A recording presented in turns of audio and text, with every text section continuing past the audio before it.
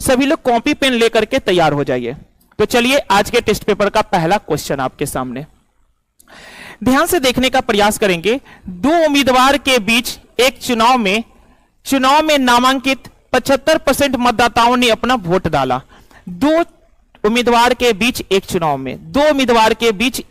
में नामांकित 75% मतदाताओं ने अपना वोट डाला, जिसमें से 2% को अमान्य घोषित कर दिया गया। एक उम्मीदवार को 9261 मत मिले जो कि वैध मतों का 75% था। तो उस चुनाव में नामांकित मतदाताओं की कुल संख्या, हमको कुल संख्या निकालना है तो हम निकाल लेते हैं कुल संख्या। टोटल मान लेते हैं हम सभी लोग कितना है, टोटल मतदाता की संख्या अगर x है, अगर टोटल मतदाता की संख्या x है तो सबसे पहले क्या हुआ, 75% मतदाताओं ने अपना वोट डाला। अगर 75% मतदाताओं ने अपना वोट डाला है तो बताइए x का 75% जैसे ही निकालेंगे तो 75% वोट डाला गए। फिर आप ध्यान से देखेंगे वोट डाला गया जिसमें से 2% अमान्य घोषित कर दिया गया, यानी 2% वोट जो है ना इनवैलिड हो गए। 2% वोट अगर इनवैलिड हो गए तो 98% वोट क्या होगा, वैलिड वोट होगा। 2% इनवैलिड हुए तो 98% वोट क्या होगा, वैलिड वोट होगा। और उसके बाद इन्होंने लिखा है एक उम्मीदवार को 9261 वोट मिले हैं, एक उम्मीदवार को 9261 वोट मिला है, 9261 वोट मिला है जो कि वैध मतों का 75% है। एक उम्मीदवार को 9261 वोट मिला है जो कि वैध वोट का 75% है। तो ये हमारे पास वैध वोट है। इसी का 75% अगर निकालेंगे तो कितने वोट के बराबर हो जाएंगे, 9261 वोट के बराबर। तो अब हम सभी लोग यहां से कैलकुलेशन करके x का मान आसानी से निकाल लेंगे। तो आइए हम सभी लोग कैलकुलेशन करते हैं। आप सभी लोग भी मेरे साथ साथ कॉपी पेन लेकर के तैयार रहेंगे और सवालों का उत्तर बताने का प्रयास करेंगे सभी लोग। आइए यहां पर देखते हैं काटने का प्रयास। तो 25 तिया 75, 25 चौका का 100 हो गया। 25 तिया 75 और 25 चौका का 100 हो गया। फिर देखिएगा 2 से काट लेंगे 49 बार में और 2 से कट जाएगा ये 50 बार में। अब देखिएगा ध्यान पूर्वक। अच्छा 3 गुने 3 कितना हो जाएगा, 9। 3 गुने 3 9, 9 से एक साथ काटते तो 9 एकाई का 9 हो गया। अब तो भाग लगेगा नहीं तो 9 0, 9 दूनी का 18 और 9 नौमा का 81 हो गया। 9 नौमा कितना हो गया, 81। यानी 3 तिया 9, 9 से एक ही बार में इसको काट दिए तो ये 1029 बार में कटा। अब 49 से काटेंगे तो 49 दूनी का 98, 102 में से 98 गया, 4 पर 9 49, 49 इकाई का 49। तो x का मतलब आप ध्यान से देखेंगे 4 गुने 50 200, 200 गुने 4 800, 800 को 21 से गुना करेंगे, 800 को 21 से गुना करेंगे तो कितना हो जाएगा 16800, जो कि आपके पास ऑप्शन ए है। और बहुत सारे लोगों का ऑप्शन ए सही जवाब भी था। चलिए आप सभी लोग इस क्वेश्चन के सॉल्यूशन को नोट डाउन कर लीजिए जल्दी से और चलते हैं हम सभी लोग पहले के बाद दूसरे नंबर की ओर।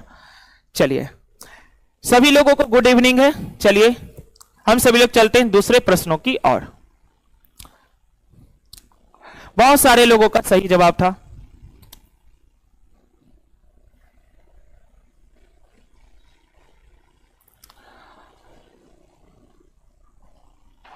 आइए दूसरे प्रश्नों की ओर। दूसरे प्रश्नों को अगर आप ध्यान से देखने का प्रयास करेंगे, आज का दूसरा प्रश्न आप ध्यान से देखिएगा। ए अकेले किसी कार्य को 20 दिन में कर सकता है।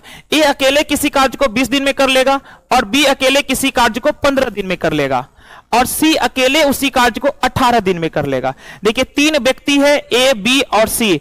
ए किसी काम को 20 दिन में, बी किसी काम को 15 दिन में और सी अकेले 18 दिनों में कर सकते हैं। तो 3 व्यक्ति है। देखिए ए किसी काम को 20 दिन में करेंगे और बी किसी काम को 15 दिन में करेंगे और सी किसी काम को 18 दिन में करेंगे। तो ए बी और सी इतने दिनों में कामों को करेंगे। तो सबसे पहले आप लोग जानते होंगे टाइम एंड वर्क में प्रश्नों को सॉल्व करने के लिए हम इनका एलसीएम लेंगे। अगर हम इनका एलसीएम लेंगे तो 20 15 18, 20 15 18 का एलसीएम कितना हो जाएगा 180। 20 15 18 का एलसीएम 180 हो गया। तो 20 से भागा लगाएंगे, 20 से 9 बार में कटेगा। 15 से भागा लगाएंगे तो 15 से ये कटेगा 12 बार में। 18 से भाग लगाएंगे, 18 से 10 बार में कट गया। आगे इन्होंने बोला है बी और सी एक साथ कार्य शुरू करते हैं। बी और सी जो है ना एक साथ काम को शुरुआत करते हैं। लेकिन 4 दिन के बाद दोनों कार्य छोड़ देते हैं। बी और सी एक साथ काम का शुरुआत करते हैं लेकिन 4 दिन के बाद छोड़ देते हैं।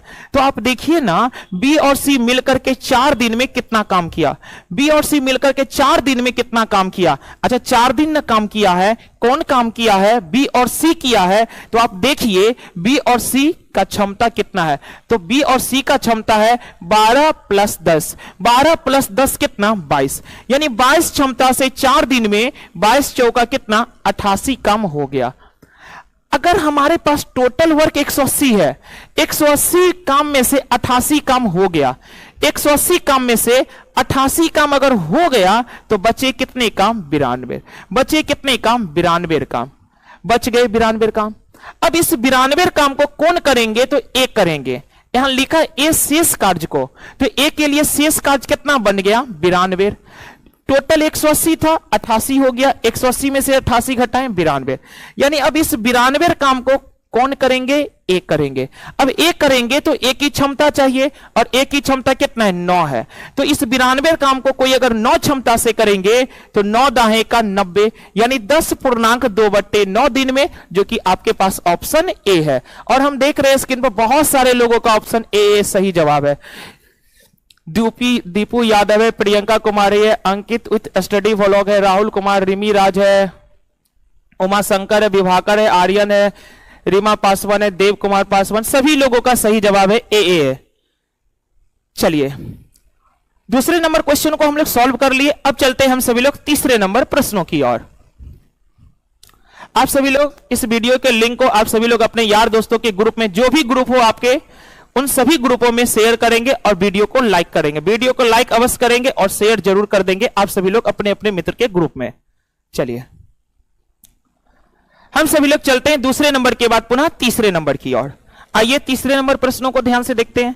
तीसरे नंबर के प्रश्नों को अगर आप ध्यान से देखेंगे, इन्होंने क्या पूछा है। एक आयताकार मैदान है जिसकी बीमाएं क्रमशः 100 मीटर और 80 मीटर है। देखिए, एक आयताकार मैदान है जिसकी बीमाएं 100 मीटर और 80 मीटर है। ये एक आयताकार मैदान है, ये एक आयताकार मैदान है जिसकी बीमाएं, लंबाई 100 है, चौड़ाई कितना है? 80। फिर इन्होंने आगे क्या लिखा, यदि एक समान चौड़ाई का 10 मीटर, एक समान चौड़ाई का 10 मीटर का पथ उसके चारों ओर अंदर चलता है, उसके चारों ओर अंदर चलता है, उसके चारों ओर अंदर चलता है, तो पथ का क्षेत्रफल क्या होगा। देखिए, 10 मीटर का एक रास्ता बना हुआ है, यहां पर लिखा है एक समान चौड़ाई का 10 मीटर वाला रास्ता उसके चारों ओर अंदर चलता है। अगर यहां पर हम 10 मीटर चौड़ाई का एक रास्ता बनाएंगे, 10 मीटर चौड़ाई का एक रास्ता बनाएंगे, तो बना दीजिए। अगर हम 10 मीटर चौड़ाई का एक रास्ता बनाएंगे तो यहां से यहां भी 10 होगा, यहां से यहां भी 10 होगा, यहां से यहां भी कितना होगा? 10 होगा। फिर यहां से यहां भी कितना होगा? 10 होगा। हर साइड जो है ना 10 मीटर चौड़ाई का एक रास्ता बना दिया जाए, तो हमसे पूछा गया है पथ का क्षेत्रफल यानी रास्ते का क्षेत्रफल। तो रास्ते का क्षेत्रफल मतलब हो गया ये वाला जो रास्ता बन रहा है ना, ये जो ग्रीन कलर वाला बना है ना, इसी ग्रीन कलर वाला का हमको क्षेत्रफल निकालना है। तो इस ग्रीन कलर वाला का आप क्षेत्रफल कैसे निकालेंगे? तो बड़े वाले आयत के क्षेत्रफल में से अगर हम छोटे वाला आयत का क्षेत्रफल घटा देंगे तो बचेगा ग्रीन वाला, यानी रेड कलर वाले आयत के क्षेत्रफल में से ब्लू कलर वाला आयत का क्षेत्रफल घटा देंगे, निकल जाएगा ग्रीन कलर वाला का एरिया। तो आप ध्यान से देखिए ना, जो पहले ये 100 था, जो पहले ये 100 था, वो इधर से 10 और इधर से 10, तो इधर से 10 और इधर से 10, 20 कम हो गया। तो पहले 100 था, 10 10 20 कम हो गया, तो अब इसकी लंबाई कितना हो गया? 80। जो पहले ये 80 था, इधर से भी 10 इधर से भी 10 कम हो गया, तो 80 में से 20 कम होके कितना हो गया? 60। तो बड़े वाले आयत के क्षेत्रफल में से छोटे वाले आयत का क्षेत्रफल घटाना है। तो देखिए, आयत का क्षेत्रफल क्या होता है? लंबाई गुने चौड़ाई। लंबाई 100 है, चौड़ाई 80 है। ये बड़े वाले आयत का क्षेत्रफल में से छोटे वाले आयत का क्षेत्रफल घटाएंगे, और छोटे वाले आयत का लंबाई 80 और चौड़ाई कितना? 60। तो आप देखिए ना, 100 गुने 80 कितना हो जाएगा? 8000, और 80 गुने 60 कितना हो जाएगा? 4800। 8000 में से 4800 घटाएंगे तो कितना आ जाएगा? 3200, जो कि आपका उत्तर हो जाएगा सी नंबर। और बहुत सारे लोगों का सही जवाब है सी नंबर। यहां पर एक फॉर्मूला का भी अप्लाई कर सकते हैं, और अब हम आपको एक फॉर्मूला दे देते हैं। फॉर्मूला को आप ध्यान से देखने का प्रयास करेंगे। ध्यान से देखिएगा, जब कभी भी रास्ते का क्षेत्रफल निकालना हो, जब कभी भी रास्ते का क्षेत्रफल निकालना हो, तो रास्ते का क्षेत्रफल क्या होता है जानते हैं? जब रास्ता अंदर की तरफ बना हो। जब रास्ता अंदर की तरफ बना होगा तो क्षेत्रफल निकालने का फॉर्मूला होता है 2x इंटू का l प्लस बी माइनस का 2x होता है। जब रास्ता अंदर की तरफ बना होगा तो क्षेत्रफल निकालने का फॉर्मूला होता है 2x into l plus B minus का 2x। तो आप ध्यान से देखिएगा, x का मतलब चौड़ाई होता है, तो ध्यान से देखिए ना, 2 इंटू चौड़ाई कितना है? रास्ता का चौड़ाई है 10, रास्ता का चौड़ाई है 10 इंटू का लंबाई, लंबाई कितना था? 100, लंबाई 100 था और चौड़ाई कितना था? 80, चौड़ाई 80 था, माइनस का 2x, तो 2 इंटू x के स्थान पर कितना था? 10 था। अब आप देखेंगे 10 गुने 2 कितना हो जाएगा? 20, 100 प्लस 80, 180 में से 20, देखिए 100 प्लस 80 180, 180 में से 20 चला जाएगा तो कितना हो जाएगा? 160, और 160 को 20 से गुना कर देंगे तो कितना हो जाएगा? 3200 मीटर स्क्वायर। तो हम आपको दोनों तरीके बता दिए, ये फॉर्मूला बेस्ड है और ये आपको थिंकिंग बेस्ड है, तो आपको जो भी बेहतर लगे आप इसको नोट डाउन कर लीजिए जल्दी से। चलिए, सभी लोगों का सही जवाब था सीसी नंबर। चलते हैं तीसरे नंबर के बाद पुनः हम सभी लोग चौथे नंबर की ओर। आ जाइए चौथे नंबर की ओर।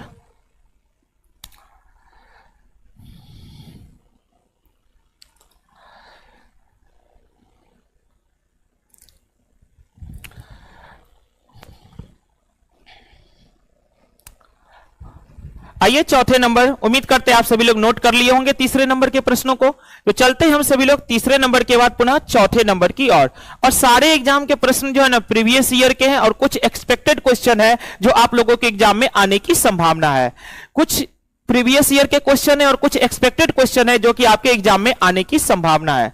तो आइए हम सभी लोग चलते पुनः चौथे प्रश्न की ओर। चौथे प्रश्न को अगर आप ध्यान से देखने का प्रयास करेंगे, देखिए क्या लिखा है। दो ट्रेनें क्रमशः P और Q, दो ट्रेनें क्रमशः P और Q से एक ही समय पर चलना शुरू करती है। दो ट्रेन है, एक P से चलता है और दूसरा Q से चलता है और क्रमशः 40 किलोमीटर प्रति घंटा और 30 किलोमीटर प्रति घंटा की गति से एक दूसरे की ओर चलती है। यानी एक इधर से जाता है तो दूसरा उधर से आता है। और ध्यान से देखिएगा, जब ये मिलते हैं ना तो पहली ट्रेन दूसरी ट्रेन से 80 किलोमीटर की यात्रा अधिक तय कर लिया। जब एक ट्रेन दूसरी ट्रेन से मिलता है ना तो वह 80 किलोमीटर अधिक यात्रा ट्रेवल कर लेता है। तो बताइए P और Q के बीच का दूरी कितना होगा? तो आप ध्यान से देखिए ना, दो को ट्रेन P और Q से एक ही समय पर चलता है। दो ट्रेन P और Q से एक ही समय पर चलता है। एक का चाल 40 है, दूसरे का चाल 30 है। तो एक का चाल 40 है और दूसरे का चाल 30 है। एक का ट्रेन का चाल 40 किलोमीटर प्रति घंटा, दूसरे का चाल है 30 किलोमीटर प्रति घंटा। अगर हम इनका रेशियो निकालेंगे तो 10 चौका 40 और 10 तिया का 30, रेशियो हो गया 4:3। और यह रेशियो किसका होगा? स्पीड का होगा। आप सभी लोग जानते हैं यहां पर क्या चीज अननोन दिया गया है? टाइम। टाइम के बारे में कोई जानकारी नहीं है, यानी समय कांस्टेंट है। और आप लोग जानते होंगे टाइम स्पीड एंड डिस्टेंस वाले चैप्टर में जब समय कांस्टेंट होता है ना, जब समय कांस्टेंट होता है तो जो रेशियो स्पीड का होता है वही रेशियो डिस्टेंस का भी हो जाता है। जो रेशियो स्पीड का होगा वही रेशियो डिस्टेंस का भी हो जाएगा। तो यहां पर दिया गया था एक ट्रेन, पहली ट्रेन दूसरे से 80 किलोमीटर अधिक ट्रेवल किया, पहला ट्रेन दूसरे से 80 किलोमीटर ज्यादा ट्रेवल किया। तो देखिए ना, पहला ट्रेन जो है वो दूसरे ट्रेन से कितना ज्यादा ट्रेवल किया? तो रेशियो में तो एक ज्यादा ट्रेवल किया, लेकिन यहां पर ट्रेवल किया है कितना? 80 किलोमीटर ज्यादा। तो एक रेशियो का मतलब अगर 80 किलोमीटर निकल गया तो हमसे तो पूछा P और Q के बीच का दूरी। तो देखिए ना, P और Q के बीच का दूरी निकालने के लिए ये भी इधर से चल रहा था और वे भी इधर से चल रहा था, ये इधर से और वे इधर से, तो दोनों के द्वारा मिलकर तय किया गया दूरी। तो इसका 4 है और इसका 3 है, तो 4 और 3 कितना हो जाएगा? 7। तो एक रेशियो का मतलब 80 है, तो 7 रेशियो का मतलब कितना हो जाएगा? 80 गुने 7 बराबर कितना हो जाएगा? 560 किलोमीटर। और सभी लोगों का सही जवाब था 560 किलोमीटर। पवन सिंह हो गए, निरंजन राज हो गए, ब्लॉक क्वीन हो गए, हरिकेश यादव हो गए, पवन सिंह, रानी कुमारी, राहुल कुमार, आकृति, दिनेश कुमार यादव, दीपक कुमार, जितेंद्र कुमार, चलिए बहुत सारे लोगों का सही जवाब था 560। चौथे नंबर के बाद पुनः चलते हैं हम सभी लोग पांचवें नंबर की ओर।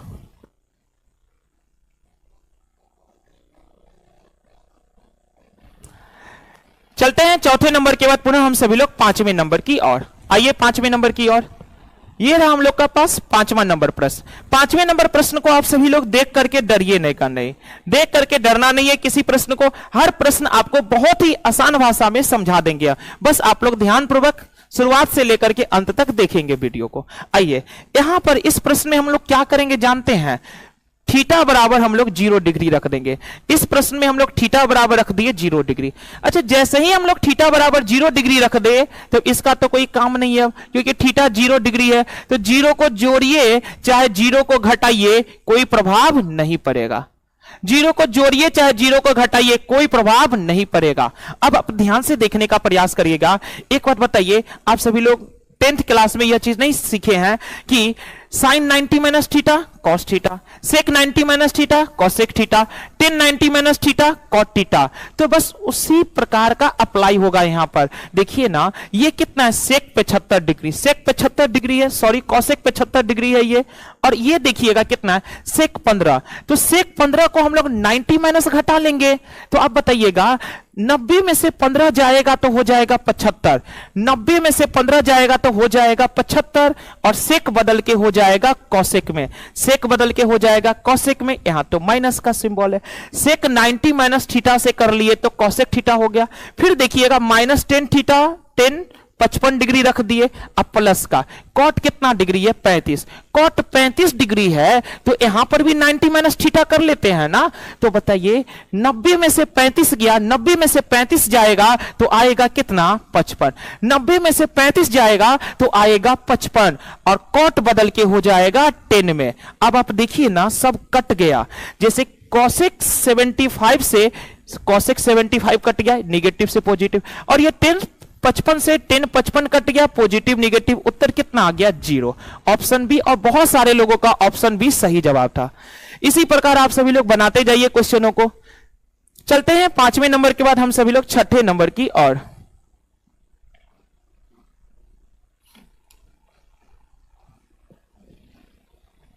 आ जाइए छठे नंबर की ओर। छठे नंबर के प्रश्नों को अगर आप ध्यान से देखने का प्रयास करेंगे तो बताइए, दो संख्याओं का योगफल, दो संख्याओं का योगफल कितना दे रखा है, 66। दो संख्याओं का योगफल दे रखा है 66, और उनका एचसीएफ और एलसीएम दे रखा है 3 और 315। दो संख्याओं का एचसीएफ दे रखा है 66, उनमें से उनका एचसीएफ 3 है और एलसीएम 315 है। तो बताइए संख्याओं के व्युत्क्रम का औसत कितना होगा। मैराथन क्लास लीजिए, सब क्लास होगा मेरे मित्र। आज तो हम लोग स्टार्टिंग ही किए हैं, धीरे धीरे हर क्लास होगी। आप लोगों की जो भी रिक्वायरमेंट होंगे कमेंट बॉक्स में कर दीजिएगा। क्लास खत्म होने का तो कमेंट बॉक्स में कर देंगे, सारे चीजें हम लोग करेंगे धीरे धीरे, ठीक है। सब मैराथन क्लास सभी कर लेंगे। आज तो शुरुआत है, तो पहले हम सभी लोग शुरुआती करते हैं अच्छे तरीकों से। चलिए यहां पर देखेंगे, इस क्वेश्चन का आंसर आप लोग बताएंगे जल्दी से। आ जाइए, दो संख्याओं का योगफल कितना है। ये सारे क्वेश्चन रेलवे का, एक स्टूडेंट कर रहे हैं सर आप रेलवे का क्वेश्चन ऐड क्यों नहीं करते हैं। आपको हम बता दें, इसमें से अधिकतर क्वेश्चन रेलवे का है। यहां पर हम किस एग्जाम का क्वेश्चन है ये नहीं रखे हैं। तो कल से जब टेस्ट पेपर आएंगे ना, तो हम आपको यह भी बता देंगे कि यह कौन से एग्जाम का प्रश्न है, ठीक है। तो आप लोगों को लगेगा कि ये रेलवे का प्रश्न, ये रेलवे का प्रश्न है, रेलवे का प्रश्न है, ठीक है। तो सारे एग्जामों के प्रश्न है, ठीक है। सारे एग्जाम के कंडक्ट कराने वाले कौन है, टीसीएस ही तो है, ठीक है। रेलवे के भी प्रश्न आते कल से ना, किस एग्जाम के प्रश्न है यह भी हम आपको साइड में लगा देंगे थोड़ा सा, ठीक है। आइए, अब दो संख्याओं का योगफल 66 है, उनका एचसीएफ और एलसीएम इतना है, तो व्युत्क्रम का योगफल। तो आप सभी लोग एक फॉर्मूला को नोट डाउन करने का प्रयास करेंगे। व्युत्क्रम का योगफल, व्युत्क्रम का जो योगफल होता है ना, वह होता है संख्याओं का योगफल, संख्याओं का योगफल, संख्याओं का योगफल, संख्याओं का योगफल बट्टे का एलसीएम गुने का एचसीएफ, एलसीएम गुने का एचसीएफ। व्युत्क्रम का जो योगफल होता है ना, वो होता है संख्याओं का योग बट्टे एलसीएम गुने का एचसीएफ। तो बताइए ना, संख्याओं का योगफल कितना दे रखा है, 66, बट्टे का एलसीएम गुने एचसीएफ। तो एलसीएम दे रखा है 315 और एचसीएफ दे रखा है 3, एचसीएफ दे रखा है 3। अब आप ध्यान से देखिएगा अच्छे से, 3 से कट जाएगा ये 22 बार में, और अब कटने वाला है ही नहीं। तो हम लोग का फाइनली उत्तर कितना आ जाएगा, 22/315, जो कि ऑप्शन बी है। और बहुत सारे लोगों का बी सही जवाब आ भी रहा है। इस फॉर्मूला को आप लोग नोट डाउन कर लेंगे। जब कभी भी ऐसा प्रश्न आएगा, दो संख्याओं का योगफल दे दिया रहेगा और उनके एलसीएम और एचसीएम बता दिए रहेंगे, तो हम लोग डायरेक्ट फॉर्मूला से निकाल सकते हैं। व्युत्क्रम का योगफल होता है संख्याओं का योगफल बट्टे एलसीएम गुने का एचसीएफ। चलते हैं पुनः अगले प्रश्नों की ओर, 6 के बाद 7 नंबर। आइए 7 नंबर के प्रश्नों को अगर हम लोग ध्यान से देखने का प्रयास करें, आ जाइए 7 नंबर पे। 7 नंबर में देखेंगे, यदि 12,600 को किस प्रकार लिखा गया है, P cube into Q cube into are square into S के पावर 1।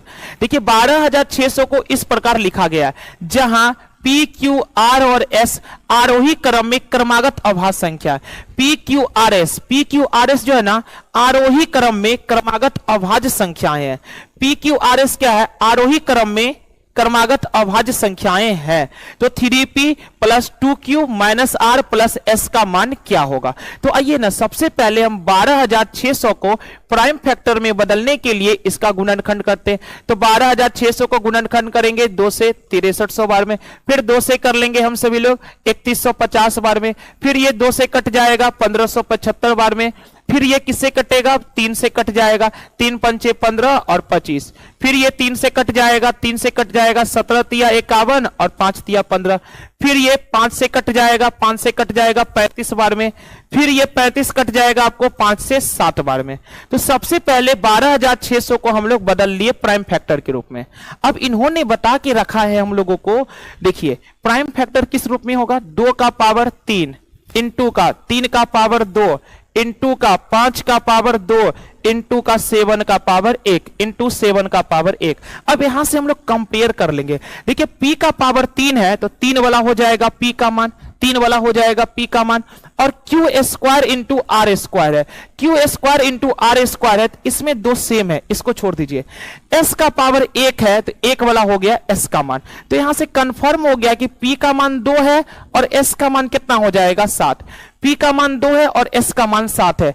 अब बच गया क्यू स्क्वायर और आर स्क्वायर के मान में कौन q का मान होगा, कौन r का मान होगा, क्योंकि दोनों का पावर यहां भी सेम है, यहां भी सेम है। लेकिन यहां पर एक हिंट दिया गया है, P Q R S. P Q R S जो है ना, पी क्यू आर एस जो है, पी क्यू आर एस जो है, देखिए पी क्यू आर एस जो है ना, वो आरोही क्रम में क्रमागत अभाज्य संख्या यानी बढ़ते क्रम में। तो ये पहले 2 3 5 7 आरोही क्रम में है, तो ये होगा Q वाला का मान और ये होगा R वाला का मान। तो Q का भी मान 2 हो जाएगा और R का भी मान क्या हो जाएगा, 2 हो जाएगा। Q और R बराबर क्या हो जाएगा, 2 ही हो जाएगा। अब आप ध्यान से देखिए, रख दीजिए यहां पर मान, तो देखिएगा 3 इंटू का P का मान कितना, देखिए 3p है, तो P का मान हम लोग के पास कितना है 2, तो 3p का मान हो जाएगा 6 प्लस 2q है, Q का मान 2 है तो 2q का मान हो जाएगा 2 दूनी 4 माइनस का R का मान कितना है 2 है और प्लस का S का मान कितना है 7 है। तो अब आप ध्यान से देखिए ना, 6 4 10, 10 में से 2 गया 8, 8 प्लस 7 कितना हो जाएगा 15। देखिए कहीं पर कैलकुलेशन एरर हो गया क्या, 3p तो p का मान 2 तो 3 दूनी का 6 हो जाएगा प्लस 2q, q का मान 2 तो 2 दूनी 4 माइनस का R अब प्लस का S का मान अच्छा p का मान 2 है, अच्छा पावर नहीं था, p का मान है 2, q का मान 3, p का मान 2, q का मान ये, अच्छा यहीं पर q का मान देखिएगा, q का मान हो जाएगा 3 और R का मान हो जाएगा 5। यहां पर थोड़ा सा मिस्टेक हो गया था, अब आप थोड़ा सा सही से करिए। 3p है तो p का मान 2 है तो 2 तिया का 6 प्लस का 2q, q का मान 3 है तो 3 दूनी का 6 हो जाएगा माइनस R का मान 5 है और S का मान 7 है। अब आप ध्यान से देखिएगा, 6 6 12, 12 में से 5 गया, 12 में से 5 गया तो 7 और 7 7 कितना हो जाएगा 14, यानी ऑप्शन सी इस प्रश्न का सही जवाब है। ऑप्शन सी इस प्रश्न का सही जवाब है, ऑप्शन सी सही है। यहां पर थोड़ा सा ना कोडिंग करने में गलत हो गया था। देखिए p का मान कितना हो जाएगा, आरोही क्रम है तो p का मान ये है, q का मान ये है, r का मान ये है, s का मान ये है। तो p 2 q 3 r 5 s था 7। चलिए ये क्लास डेली चलेगा, जो भी लोग क्वेरी कर रहे हैं ये क्लास डेली चलेगा, लगातार चलेगा ये क्लास। बस आप सभी लोग जुड़ेंगे लाइव क्लास में, बहुत मजा आएगा हम लोग को, ठीक है। बीच बीच में आप सभी लोग अपने यार दोस्तों के ग्रुप में शेयर भी मार देंगे, वीडियो को लाइक भी करते रहेंगे, जितने भी लोग न्यू जुड़ते जाते हैं, ठीक है। चलते हैं 7 के बाद पुनः 8 नंबर की ओर। यहां से PQRS का मान हम लोग को पता चल गया था, बस रख दिया। आइए अगले प्रश्नों की ओर।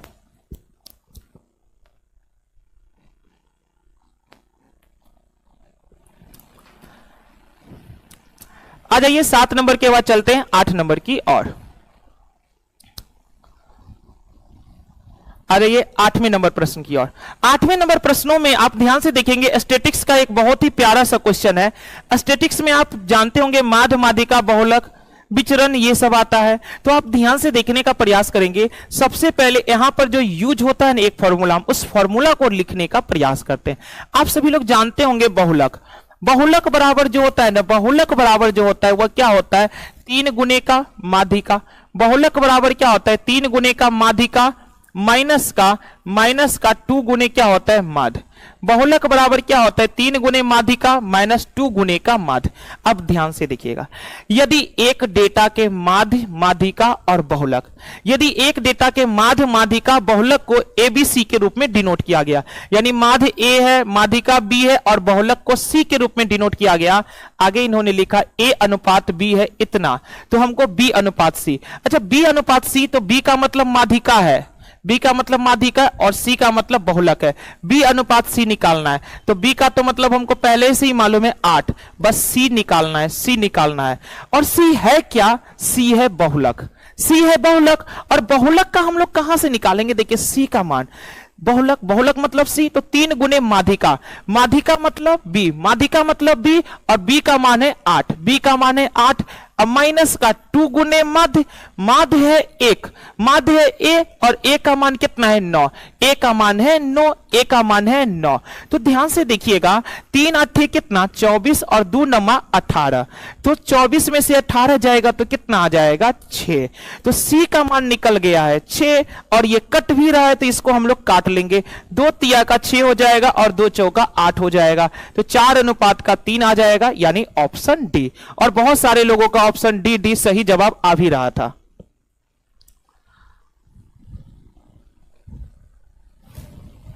पीडीएफ कहां मिलेगा, पीडीएफ संस्थान के टेलीग्राम चैनल ज्ञान बिंदु जीएस एकेडमी पर अपलोड करा देंगे हम, ठीक है।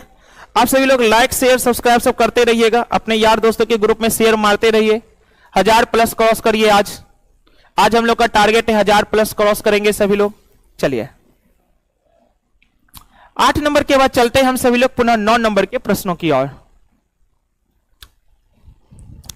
9 नंबर के प्रश्नों को अगर आप ध्यान से देखेंगे, 9 नंबर के प्रश्नों को अगर आप लोग ध्यान से देखेंगे तो देखिए क्या लिखा है। एक ठोस घनाभ के 3 आसन फलकों का क्षेत्रफल है 66 है, 108 है और 198 है।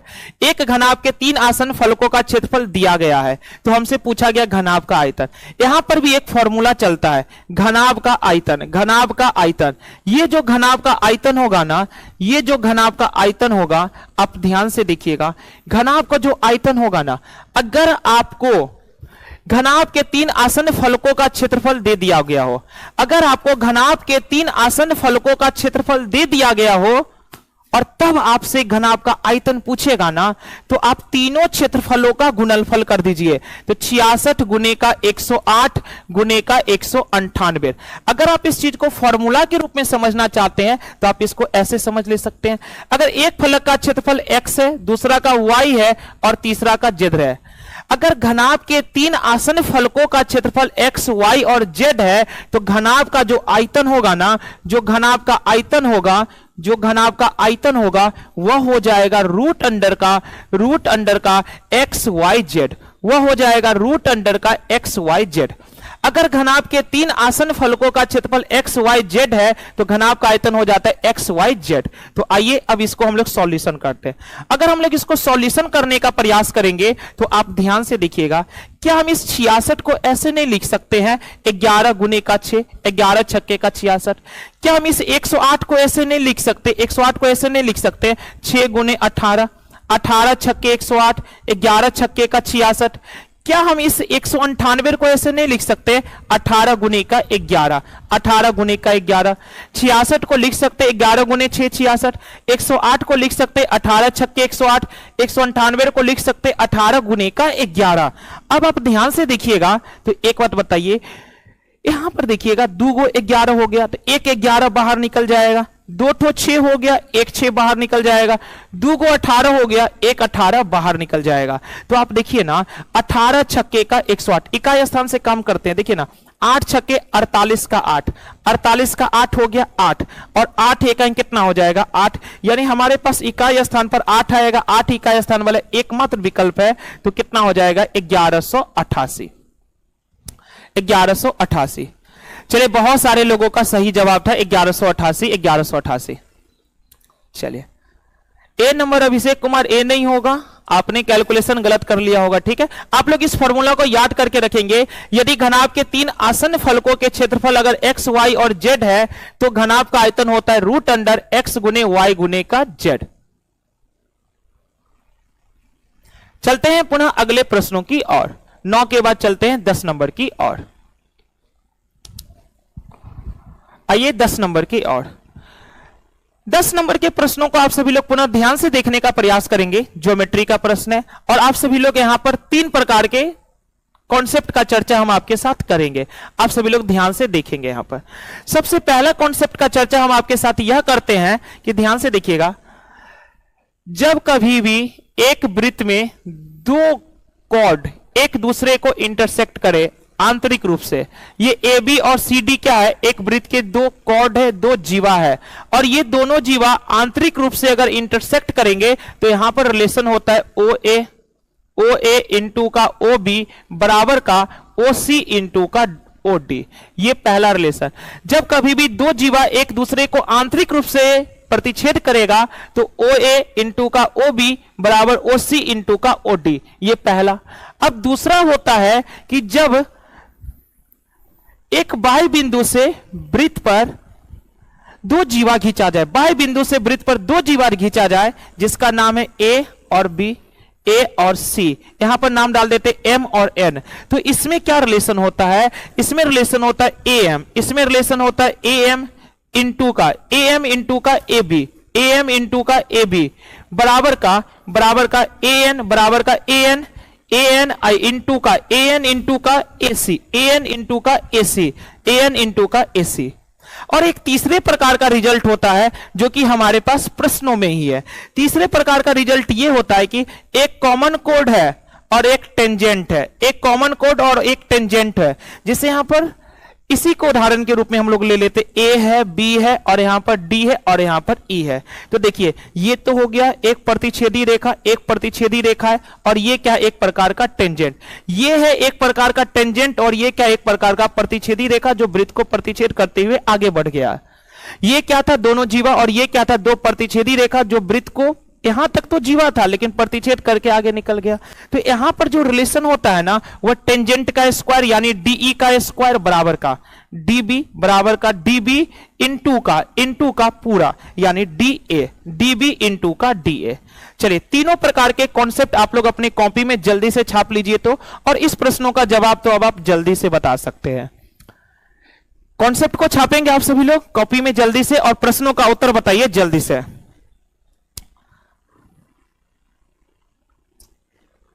जोश जुनून बिल्कुल भी ठंडा नहीं होनी चाहिए। स्टार्ट किए हैं तो हम सभी लोग खत्म करेंगे, ठीक है। बीच में जोश जुनून ठंडा नहीं होनी चाहिए किसी भी स्टूडेंट का। चलिए आइए अब हम सभी लोग क्वेश्चन को डिस्कस कर लेते हैं। यहां पर क्या लिखा है, उपरोक्त वृत्त में चाप AB को स्पर्श रेखा DE से D बिंदु पर मिलाने के लिए बढ़ाया जाता है। यदि AB 12 है, AB 12 यानी यहां से लेकर के यहां तक कितना है 12 है। फिर इन्होंने आगे लिखा DE 8 है, DE यहां से यहां तक कितना है 8 है। तो हमसे पूछा गया BD की लंबाई, हमसे पूछा गया BD की लंबाई ये, तो हम लोग मान लेते ये कितना है x है। तो देखिए कॉन्सेप्ट अभी जस्ट हम लोग पढ़े तीसरा नंबर कॉन्सेप्ट कि DE का स्क्वायर यानी 8 का स्क्वायर हो जाएगा 64 बराबर का हो जाएगा DB बराबर का हो जाएगा DB जो कितना है x इंटू का ये पूरा, तो पूरा देखेंगे तो x प्लस का 12, ये पूरा देखेंगे तो कितना हो जाएगा x प्लस का 12। अब आप ध्यान से देखिए हमको किसका मान निकालना है, बीडी की लंबाई जो कि x है। अब x का मान अगर निकालने के लिए जाएंगे ना तो ये क्वाड्रेटिक इक्वेशन पर चला जाएगा। तो क्वाड्रेटिक इक्वेशन से बचने के लिए हम लोग बीडी का मान निकालेंगे बाय ऑप्शन। तो बाय ऑप्शन देखेंगे 6, 4, 5, 4√6 है। तो पहला नंबर ऑप्शन में 6 है। अगर हम 6 रखें, यहां पर 6 रखें तो देखिए ना 12 + 6 18, 18 छक्के तो 108 हो जाएगा, यानी 6 से बात नहीं बनेगा। अगर हम लोग 4 रख दिए x के जगह पर तो ध्यान से देखिएगा 12 + 4, 12 + 4 16, और 16 × 4 कितना हो जाएगा 64। तो सेटिस्फाई हो चुका है कि x का कन्फर्म मान कितना होगा 4 होगा। चलिए, कितने घंटे की क्लास, 10 क्वेश्चन हो गए, 10 क्वेश्चन और होंगे। 20 क्वेश्चनों का क्लास रहेगा जो कि 1.25 घंटों का क्लास रहेगा। यह क्लास 1.25 घंटों का रहेगा, 10 बजे तक खत्म हो जाएंगे। 10 क्वेश्चन कर चुके हैं, 10 क्वेश्चन अभी और बाकी है। चलिए चलते हैं 10 नंबर के बाद पुनः हम सभी लोग 11 नंबर की और। सभी लोग तीनों कॉन्सेप्ट को नोट डाउन कर लिए होंगे आप सभी लोग। चलते हैं अब अगले प्रश्न की ओर। 10 के बाद 11। 11 नंबर के प्रश्नों को आप ध्यान से देखने का प्रयास करेंगे। क्या है, देखिए, दो संख्याएं a और b ऐसी है कि a के 5%, दो संख्याएं a और b ऐसी है कि a के 5% और b के 4% का योगफल। देखिए a के 5% और b के 4% का योगफल। तो a के 5% का मतलब हुआ a का 5%, a का 5% और b के 4%। तो a का 5% और b के 4% का योगफल, योगफल का मतलब प्लस a के 5% और b के 4% का जो योगफल है वह a के 6% और b के 8%, a का 6%, a का 6%, a का 6% और b के 8%, a का 6% और b के 8% के योगफल का 2/3 भाग है। देखिएगा ध्यान पर, a के 5% और b के 4% का जो योगफल है वो a के 6% और b के 8% के योगफल का 2/3 भाग है। तो यहां से हम लोग a अनुपात b का मान निकाल सकते हैं। अब आप ध्यान से देखिएगा अच्छे से, तो बताइए 3 से इसको गुना करते, 3 से इसको गुना कर दिए तो 3 पंचे कितना हो जाएगा 15a। देखिए परसेंट हर जगह से कट जाएगा, यहां भी कॉमन ले लेंगे परसेंट, यहां पर भी कॉमन ले लेंगे परसेंट। तो परसेंट से तो कोई मतलब है नहीं क्योंकि परसेंट कट जाएंगे। तो बस संख्या को देखिएगा, 3 पंचे का 15a प्लस 3 चौका 12b, 3 चौका 12b बराबर का 3 छक्के 18a, 3 छक्के का 18a प्लस 3 अट्ठे का कितना हो जाएगा 24 का b, 3 अट्ठे का सॉरी यहां पर देखिएगा 2 6 दूनी कितना हो जाएगा 12a, अब प्लस का 8 दूनी कितना हो जाएगा 16b। अब आप देखिए घटा दीजिए इधर, ये 12 इधर आके घट जाएगा, 15 में से 12a जाएगा तो 3a। अच्छा ये 12b इधर आके घट जाएगा, 16b में से 12 भी घटेगा तो कितना आ जाएगा 4b। तो a अनुपात b नहीं निकाल सकते हम लोग, बताइए a/b कितना हो जाएगा 4/3। 4/3 को क्या लिख सकते, 4 अनुपात का 3, जो कि ऑप्शन ए है। बहुत सारे लोगों का सही जवाब था ऑप्शन ए। चलिए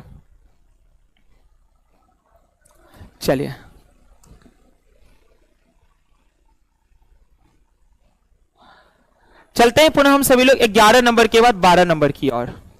बहुत सारे लोगों का सही जवाब था, जितेंद्र कुमार, पवन सिंह, अरुण कुमार, अभिषेक, नीरज कुमार, दिनेश कुमार, लक्ष्मी कुमारी, शशि कुमार। चलते हैं पुनः अगले प्रश्नों की ओर 11 के बाद 12 नंबर। आ जाइए 11 के बाद 12 नंबर। 12 नंबर के प्रश्नों को आप ध्यान से देखेंगे, ये काफी बेहतरीन प्रश्न है। आप इस क्वेश्चन को बनाने का प्रयास करिए। यहां पर ध्यान से देखेंगे x का मान इतना दे रखा है तो हमको x³ प्लस का 3bx का मान निकालना है। अगर आप इस क्वेश्चन को बेसिक तरीकों से करने का प्रयास करेंगे तो आपको बहुत ज्यादा समय लगेगा। अगर आप चाहते हैं इस प्रश्नों को बहुत ही कम समय में हम कर ले तो आपको हम सिखाते हैं वैल्यू पुटिंग। ध्यान से देखिएगा, यहां पर हम लोग पुट b बराबर 0 रख लेते हैं। अगर हम लोग यहां पर b को जैसे ही 0 रखे, अगर हम लोग b को जैसे ही 0 रखे तो ये कहानी खत्म हो गया, ये कहानी खत्म हो गया। क्योंकि 0 का कुछ भी होगा तो 0 जोड़ने से कोई प्रभाव पड़ता ही नहीं है, क्योंकि b का मान 0, 0 का क्यूब 0 और a² में अगर 0 जोड़ेंगे तो कोई प्रभाव पड़ेगा ही नहीं, इसलिए b कहानी खत्म। अब देखिए यहां पर क्या बच गया, अच्छे से देखिएगा, x बराबर का क्यूब रूट ऑफ a, और यहां पर देखिएगा a² का अगर हम वर्गमूल निकाल देंगे तो कितना हो जाएगा a, और इधर ध्यान से देखिएगा प्लस क्यूब रूट ऑफ ए, और यहां देखिएगा ए स्क्वायर का वर्गमूल निकालेंगे तो कितना हो जाएगा ए। अब एक बात आप ध्यान से देखिएगा, बताइए x बराबर क्यूब रूट ऑफ ए, और ए कितना हो जाएगा 2a, और बताइए माइनस ए से प्लस ए नहीं कट जाएगा, माइनस ए से प्लस ए कट गया तो 0 बन गया, और 0 का क्यूब रूट निकालेंगे 0 हो गया। यानी फाइनली हमको पता चल गया x का मान क्या होगा, cube root of 2a। x का मान क्या होगा, क्यूब रूट ऑफ 2a। तो हमसे पूछा गया है x क्यूब प्लस 3bx। अच्छा, हमसे पूछा गया था x क्यूब प्लस का 3bx, x क्यूब प्लस का 3bx का मान पूछा है, x क्यूब प्लस का 3bx का मान पूछा है। तो आप थोड़ा ध्यान से देखिएगा, हमको पता है कि हमने b को 0 के बराबर माना है, तो b यहां पर 0 है, तब तो ये टर्म का कहानी खत्म हो गया। अब जो भी इंपॉर्टेंट डाटा है वो किसका है, x क्यूब का, यानी आप सीधा सीधा x क्यूब का मान निकाल दीजिए। तो हमारे पास x बराबर इतना है, x बराबर इतना है, तो x क्यूब अगर हम लोग कर देंगे, इसका क्यूब करेंगे तो कितना हो जाएगा 2a, x क्यूब कर देंगे तो कितना हो जाएगा 2a। तो इस प्रश्न का फाइनली जो उत्तर होने जा रहा है वह 2a होने जा रहा है, और बहुत सारे लोगों का सही जवाब है। चलिए, ये क्लास पर डे डेली चलेगा, ये क्लास पर डे डेली चलेगा, ठीक है। चलिए 12 नंबर के बाद चलते हैं पुनः हम सभी लोग 13 नंबर की ओर। आ जाइए 12 नंबर के बाद 13 नंबर की ओर।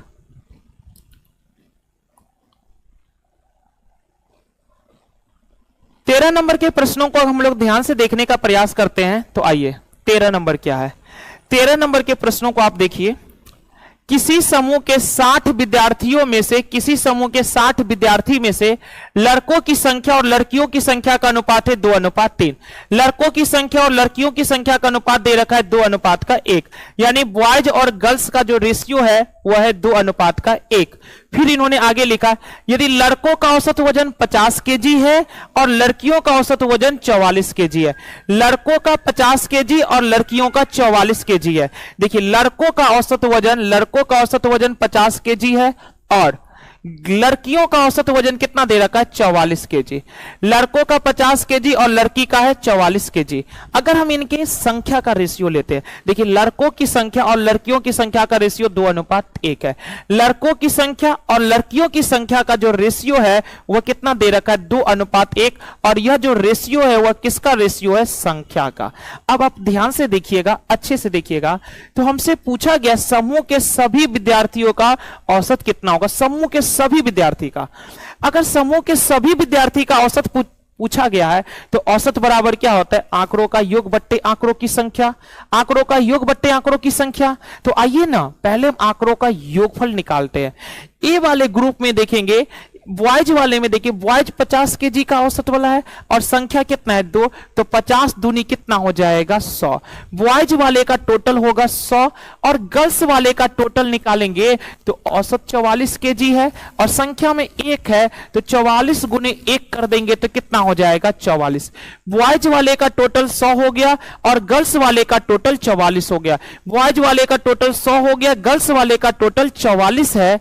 तो हमसे औसत पूछा है, औसत बराबर क्या होगा, योगफल बट्टे का संख्या। तो योगफल करना है तो इस दोनों का योगफल अब बट्टे का संख्या। तो संख्या कितना है, इसका 2 है और इसका 1 है, तो 2 और 1 कितना हो जाएगा 3 हो जाएगा। तो 100 में अगर 44 को जोड़ देंगे तो 144 बट्टे का 3, और 144 में अगर 3 से भाग लगा देंगे तो कितना आ जाएगा 48। यानी सभी विद्यार्थियों का औसत वजन कितना हो जाएगा 48, और बहुत सारे लोगों का सही जवाब है 48। मंजीत सिंह, शशि कुमार है, चाणक्य ऑफिशियल है, रिमी राज है, बहुत सारे लोगों का सही जवाब है। चलते हैं 13 नंबर के बाद पुनः 14 नंबर की ओर। चल इसी प्रकार आप सभी लोग क्वेश्चनों का जवाब बताते रहिए और मजे में पढ़ते रहिए।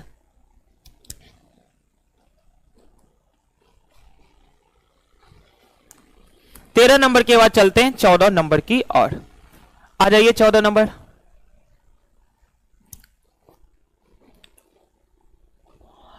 चौदह नंबर के प्रश्नों को अगर हम सभी लोग ध्यान से देखेंगे तो आइए 14 नंबर की ओर। ये रहा हम लोग का 14 नंबर क्वेश्चन। 14 नंबर के क्वेश्चनों को आप ध्यान से देखिए। एक पतंग और भूमि पर स्थित एक बिंदु के बीच की डोरी की लंबाई जो है ना बिना किसी ढील के 102 मीटर है। देखिए एक पतंग और भूमि पर स्थित एक बिंदु, एक पतंग और भूमि पर स्थित एक बिंदु, एक पतंग और भूमि पर स्थित एक बिंदु के बीच की डोरी की जो लंबाई है ना बिना किसी ढील के 102 मीटर है। एक पतंग, हम मान लिए पतंग यहां पर है और डोरी यहां पर है।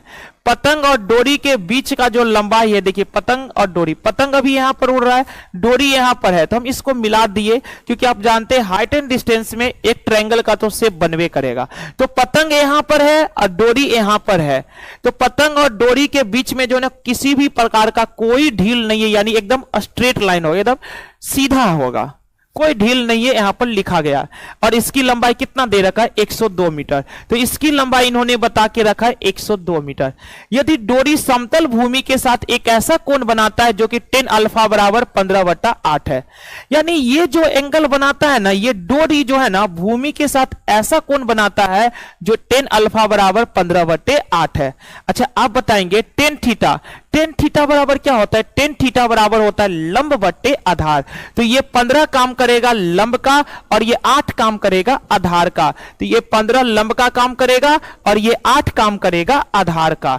तो अब आप ध्यान से देखिए ना, ये 15 और 8 अगर ये समकोण त्रिभुज है तो आप सभी लोग जानते होंगे ना 15 8 के साथ ट्रिपलेट, 15 और 8 के साथ ट्रिपलेट कितना होता है 17। हम लोग को कुछ इंपॉर्टेंट ट्रिपलेट नहीं याद कर, जैसे 3 4 5 हो गया, 5 12 13 हो गया, 5 12 13 हो गया। उसी प्रकार एक प्रकार का ट्रिपलेट क्या है 15 और 8 के साथ क्या आ जाता है 17। तो हम लोग ट्रिपलेट से बड़ी आसानी से इसको निकाल सकते हैं। तो 15 8 के साथ ट्रिपलेट 17 है। तो देखिए यहां क्वेश्चन में दे रखा है इसकी लंबाई 102 मीटर है, लेकिन रेशियो में कितना है 17 है। और हमसे किसकी लंबाई पूछा गया? पतंग की ऊंचाई, और पतंग का ऊंचाई कितना है 15 है, पतंग का ऊंचाई कितना है 15 है। तो आइए 15 रेशियो का मान, तो 17 छक्के 102 और 15 छक्के कितना हो जाएगा 90, जो कि ऑप्शन का बी है। तो बी इस प्रश्नों का सही जवाब है और बहुत सारे लोग इस क्वेश्चन का सही जवाब बताए भी है। चलिए पुनः अगले प्रश्नों की आप सभी लोग जवाब बताते रहेंगे और आगे भी हम सभी लोग बढ़ते रहेंगे। चलिए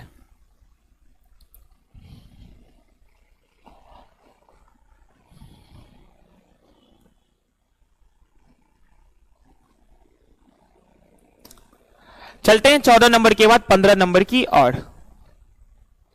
आ जाइए 15 नंबर के प्रश्नों को देखते हैं। आज का 15वां नंबर क्वेश्चन आप ध्यान से देखेंगे, इन्होंने क्या लिखा है, यदि 9 अंकों की संख्या 9m23, 9 अंकों की संख्या 9 है, m है, 2 है, 3 है, 6 है, 5 है, n है, 4 है, 8 है, किससे डिविजिबल है 88 से। 88 से पूर्णतः डिविजिबल है तो n के सबसे छोटे मान के लिए 88 से यह संख्या कटेगा। अगर कोई संख्या 88 से कटेगा मतलब वह संख्या 8 से भी कटेगा और 11 से भी कटेगा।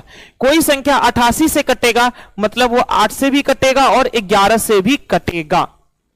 लेकिन यहां पर ध्यान से देखिएगा, n का जो है ना सबसे छोटका मान लेना है, n का सबसे छोटका मान लेना है और हमको मान किसका निकालना है m square into n square का मान निकालना है। हमको m square into n square का मान निकालना है, जहां इन्होंने बताया है कि m और n प्राकृतिक संख्याएं हैं।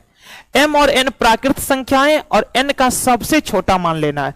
तो आइए ना, अगर कोई संख्या 88 से कटेगा मतलब वह संख्या 8 से भी कटेगा और 11 से भी कटेगा, 8 से भी कटेगा और 11 से भी कटेगा। तो आप सभी लोग ध्यान से देखिएगा, यह संख्या अगर 8 से कटेगा, यह संख्या अगर 8 से कटेगा, 8 से कटेगा तो 8 से कटने का रूल क्या होता है, अंतिम के 3 अंक 8 से कटे।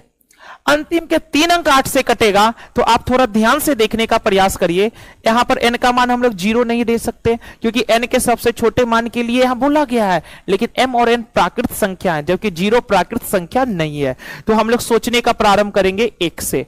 अगर n का मान 1 रखेंगे तो बताइए 8 इकाई का 8, शेषफल बच गया 6, 6 पर उतरा 8, 68, 8 से नहीं कटता है। तो हम सभी लोग n का मान 2 रखेंगे तो देखिए 8 त्रिक 24 और 8 इकाई का 8 यानी कट गया। तो n का मान तो कंफर्म हो गया कि n का मान 2 होगा।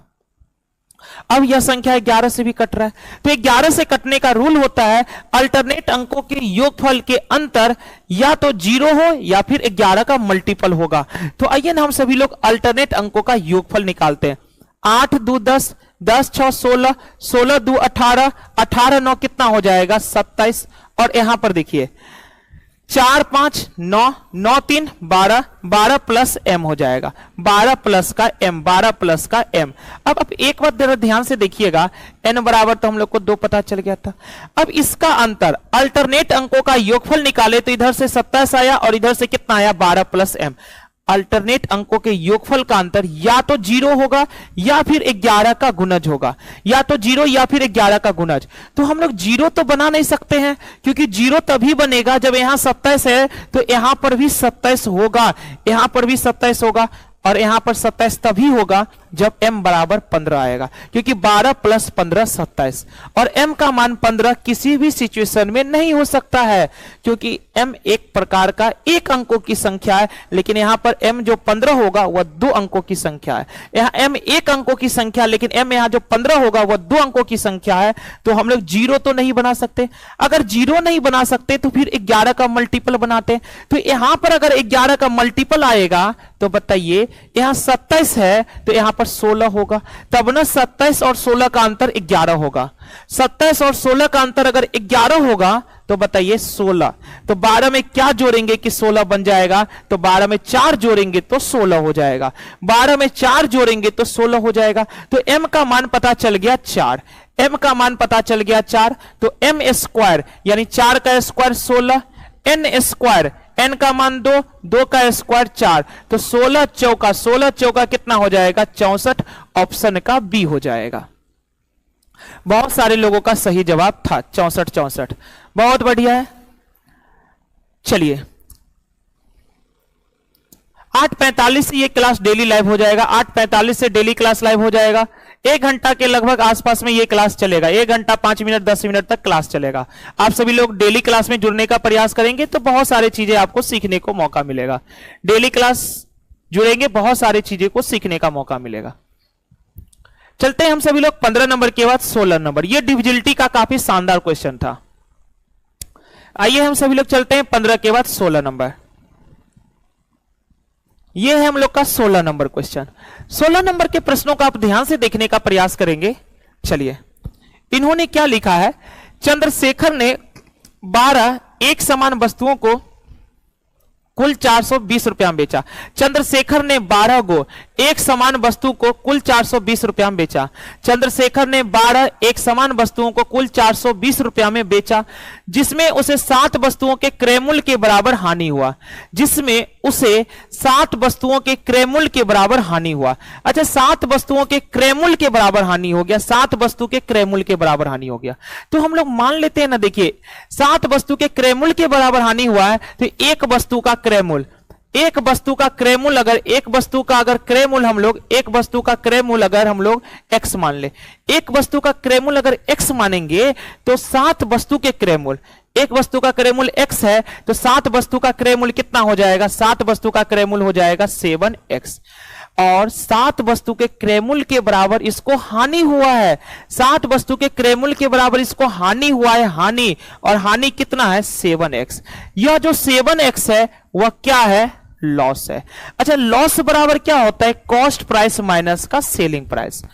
ये 7x तो लॉस हो गया, और लॉस बराबर क्या होता है, कॉस्ट प्राइस माइनस का सेलिंग प्राइस। अब आप बताइए ना, चंद्रशेखर ने 12 एक समान वस्तुओं को कुल 420 रुपया में बेचा, 420 रुपया में बेचा, तो यह तो हम लोग का सेलिंग प्राइस है। लेकिन उन्होंने कितने वस्तुओं को बेचा है, 12 वस्तुओं को बेचा है। अगर 12 वस्तुओं को इन्होंने बेचा है तो खरीद के भी लाया होगा 12 वस्तु, क्योंकि 12 वस्तु बेचा है तो खरीद के लाया होगा 12 वस्तु, और एक वस्तु का क्रय मूल्य x रुपया, एक वस्तु का क्रय मूल्य x रुपया है, तो 12 वस्तु का क्रय मूल्य हो जाएगा 12x, और विक्रय मूल्य कितना है 420 रुपया। अब आप यहां से ध्यान से देखिएगा अच्छे से, तो बताइए ना, यह जो -420 है इधर आएगा, घट जाएगा, प्लस प्लस हो जाएगा, इधर निगेटिव है इधर आएगा पॉजिटिव, और ये 7x आके घट जाएगा। 12 में से 7 घट गया तो 5x। अब इसको हम लोग काट लेंगे तो देखिए ना 5 से कटेगा, 5 अट्ठे 40 और 5 चौका 20, यानी x बराबर कितना आ जाएगा 84। x बराबर कितना आ जाएगा 84, और बहुत सारे लोगों का सही जवाब है 84।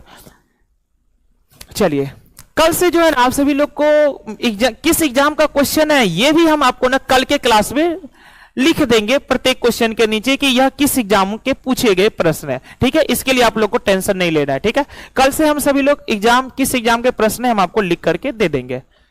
चलिए पुनः हम सभी लोग चलते हैं 16 नंबर के बाद 17 नंबर की ओर। आप सभी लोग अपने यार दोस्तों के ग्रुप में शेयर मारते रहिएगा सभी ग्रुप में, और वीडियो को लाइक जरूर करते रहिएगा। ठीक है, जितने भी न्यू साथी जुड़ते जाते हैं। चलते हैं 16 के बाद 17 नंबर। आइए 17 नंबर के क्वेश्चनों को आप ध्यान से देखिएगा। 17 नंबर के क्वेश्चनों को अगर आप ध्यान से देखेंगे तो इन्होंने लिखा है 5,000 रुपए की राशि के कुछ भाग को 5% वार्षिक साधारण ब्याज और शेष भाग को 10% के वार्षिक साधारण ब्याज पर उधार दिया गया था।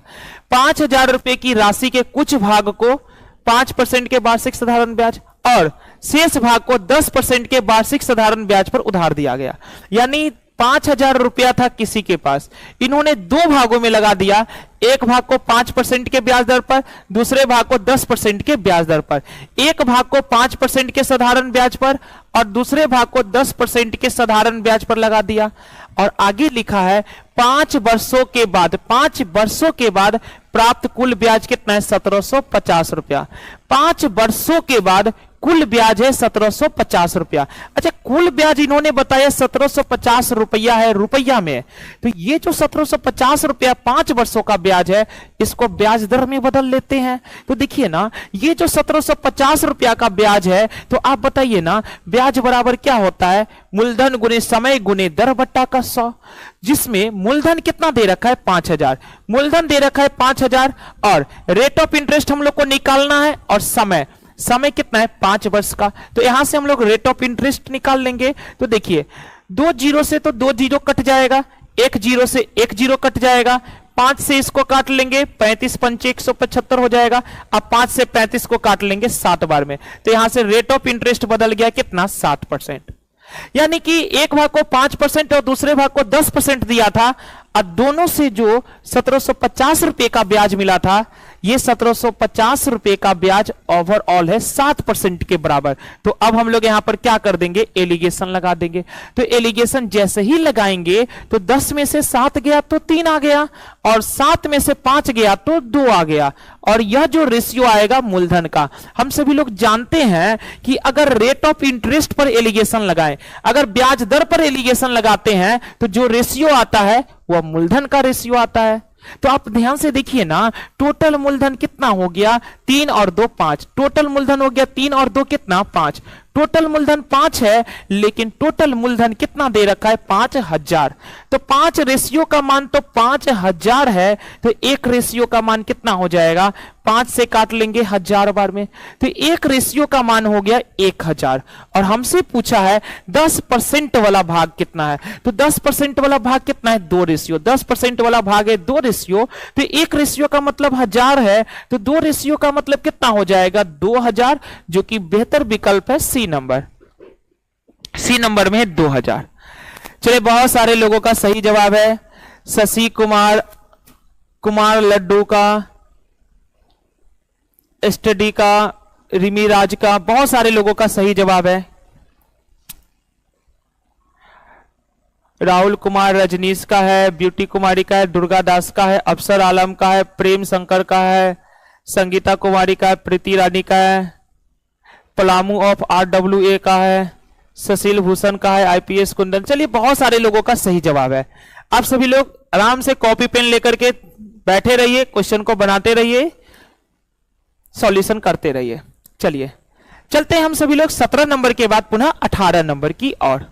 आइए, 18 नंबर के प्रश्नों को आप सभी लोग ध्यान से देखने का प्रयास करेंगे। आप सभी लोग नोट डाउन कर लिए होंगे या फिर स्क्रीनशॉट लेते जाइए।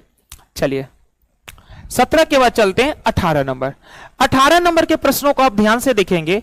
2 घोड़े हैं, दो घोड़े 1710 रुपया के बेचे जाते हैं। दो घोड़े जो है ना वो 1710 रुपया के बेचे जाते हैं। दो घोड़े 1710 रुपया के बेचे जाते हैं। पहले घोड़े का जो क्रय मूल्य है वो दूसरे घोड़े के विक्रय मूल्य के बराबर है। पहले घोड़े का जो क्रय मूल्य है वो दूसरे घोड़े के विक्रय मूल्य के बराबर है। यदि पहले घोड़े को 10% के हानि पर बेचा जाए, यदि पहले घोड़े को 10% के हानि पर, तो 10% हानि का मतलब होता है 1/10, यानी 10 रुपए की वस्तु पर 1 रुपए का लॉस हो गया। तो अगर हम लोग इनका रेशियो बनाए, देखिए पहले वाले को 10% के हानि पर बेचा, 10% का फ्रैक्शन वैल्यू होता है 1/10, यानी 10 रुपए की वस्तु पर 1 का लॉस। 10 रुपए की वस्तु पर 1 का लॉस होगा तो बिकेगा कितने में? 9 में।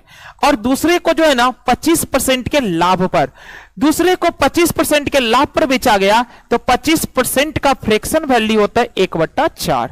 25% का फ्रैक्शन वैल्यू 1/4 होता है और लाभ हुआ है, तो लाभ हुआ है तो देखिए 4 रुपए की वस्तु पर 1 का लाभ, 4 रुपए की वस्तु पर अगर 1 का लाभ हुआ तो बेचा कितने में? 5 रुपया में।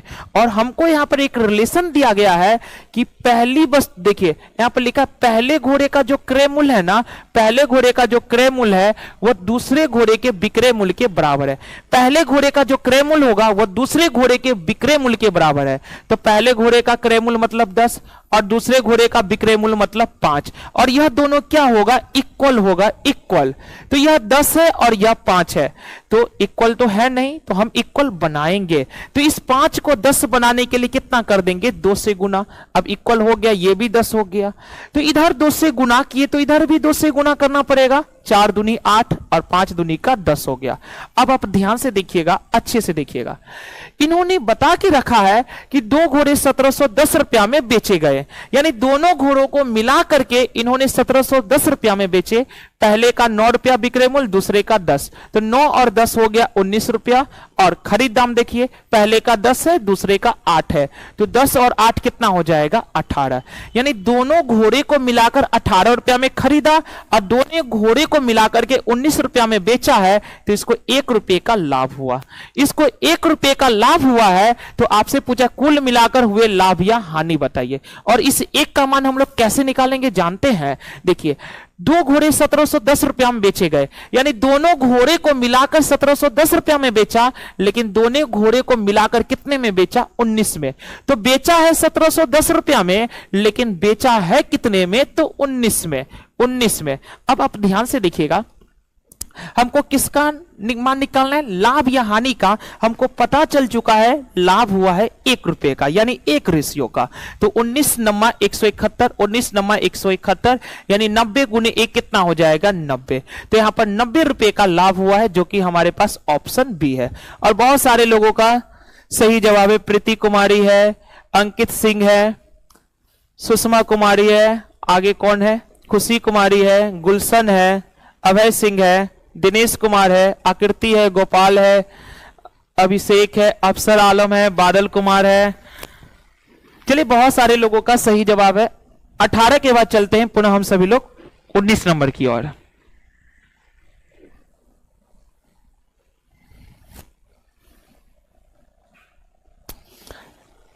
आइए 18 के बाद चलते 19 नंबर की ओर। चलिए आ जाइए 18 के बाद 19 नंबर। 19 नंबर के प्रश्नों को अगर हम सभी लोग ध्यान से देखने का प्रयास करते, 19 नंबर के प्रश्नों को आप ध्यान से देखेंगे तो इन्होंने क्या लिखा है? यदि किसी भिन्न के अंश में 50% की वृद्धि की जाए, यदि किसी भिन्न के अंश में 50% की वृद्धि की जाए और हर में 28% की कमी की जाए।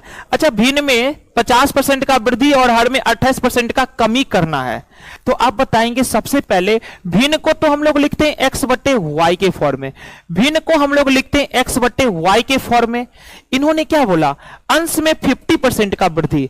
अगर हम अंश में 50% का वृद्धि करेंगे तो बढ़ के कितना हो जाएगा? 150%। अगर 50% वृद्धि करेंगे तो वह बढ़ के कितना हो जाएगा? 150%। और हर में 28% का कमी। अगर हम 28% का कमी कर देंगे तो 100 में 28 का कमी करेंगे तो यह कितना हो जाएगा? 72% का। देखिए, अंश में वृद्धि किया इसीलिए 100 में 50 जुट के 150% हो गया, और हर में 28% का कमी हुआ तो 100 में 28 को घटा दिए तो 72% हो गया। और अब भिन्न का मान कितना हो गया? 25 बट्टे का 36। अब भिन्न का मान हो गया 25 बट्टे का 36। तो अब ध्यान से देखिए ना, इसको काटते हैं, परसेंट से परसेंट खत्म, 25 छक्के का 150 और 36 दूनी कितना हो जाएगा 72। तो 2 से कटेगा एक बार में, 2 से कटेगा 3 बार में, तो x बट्टे y। ध्यान से देखिएगा, ये 1 उधर जाएगा और ये जो 3 है वो नीचे आ जाएगा, तो भिन्न का मान कितना निकल गया 1 बट्टे का 3। तो हम लोग को भिन्न ज्ञात करना था, भिन्न कितना निकला 1 बट्टे का 3, और बहुत सारे लोगों का सही जवाब था डी।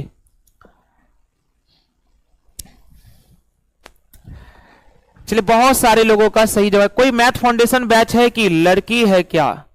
क्या लिखे हैं? हाँ, मैथ फाउंडेशन बैच चलते हैं, हमेशा चलते। कल हम आप लोग को बैच के बारे में डिस्कस कर देंगे, मैथ फाउंडेशन बैच के बारे में, ठीक है। अब कमिंग है 21 नवंबर से ही बैच आने वाले, शाम में 6:30 से 8:30 बैच में, 6:30 से 8:30 टाइमिंग रहेंगे, जिसमें 6:30 से 7:30 मैथ चलेंगे और 7:30 से 8:30 रीजनिंग चलेंगे। कल के क्लास में हम आपको डिस्कस कर देंगे। चलिए, आप सभी लोग, बहुत अच्छा लगता है कि जब आप लोग कमेंट बॉक्स में सही सही जवाब बनाते हैं, बताते हैं। केवल रेलवे करवाइए सर। कल जब हम आएंगे ना, तो आपको यहां पर किस एग्जाम के प्रश्न है ना, ये भी हम आपको डिस्कस कर देंगे। चलिए, आते 19 के बाद 20 नंबर। 20 नंबर के प्रश्नों को अगर आप ध्यान से देखेंगे, 20 नंबर के प्रश्नों को अगर आप ध्यान से देखेंगे तो आइए, रम्या का विवाह जो है ना 10 वर्ष पहले हुआ था। रम्या का विवाह कब हुआ था? 10 वर्ष पहले। रम्या का विवाह 10 वर्ष पहले हुआ था।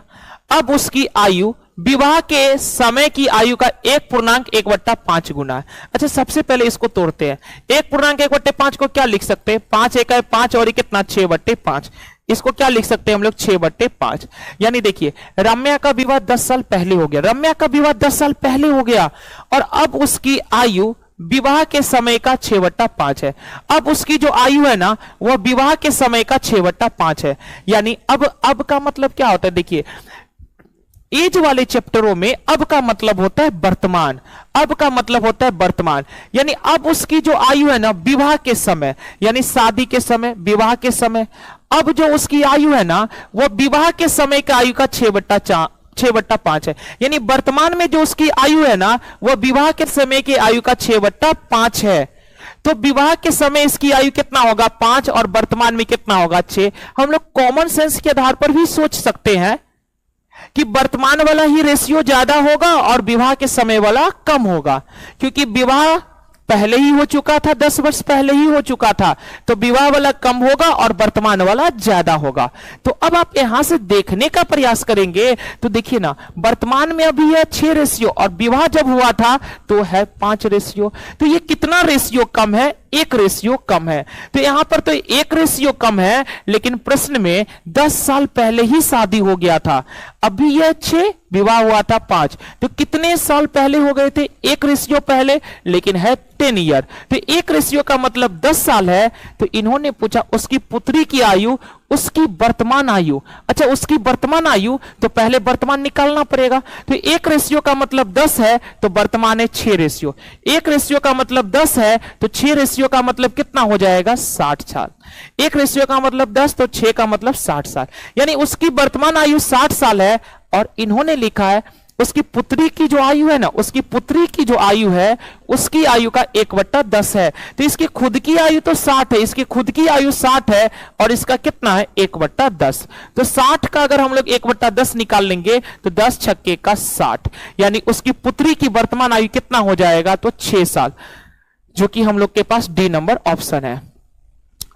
चलिए, बहुत सारे लोगों का सही जवाब था 6.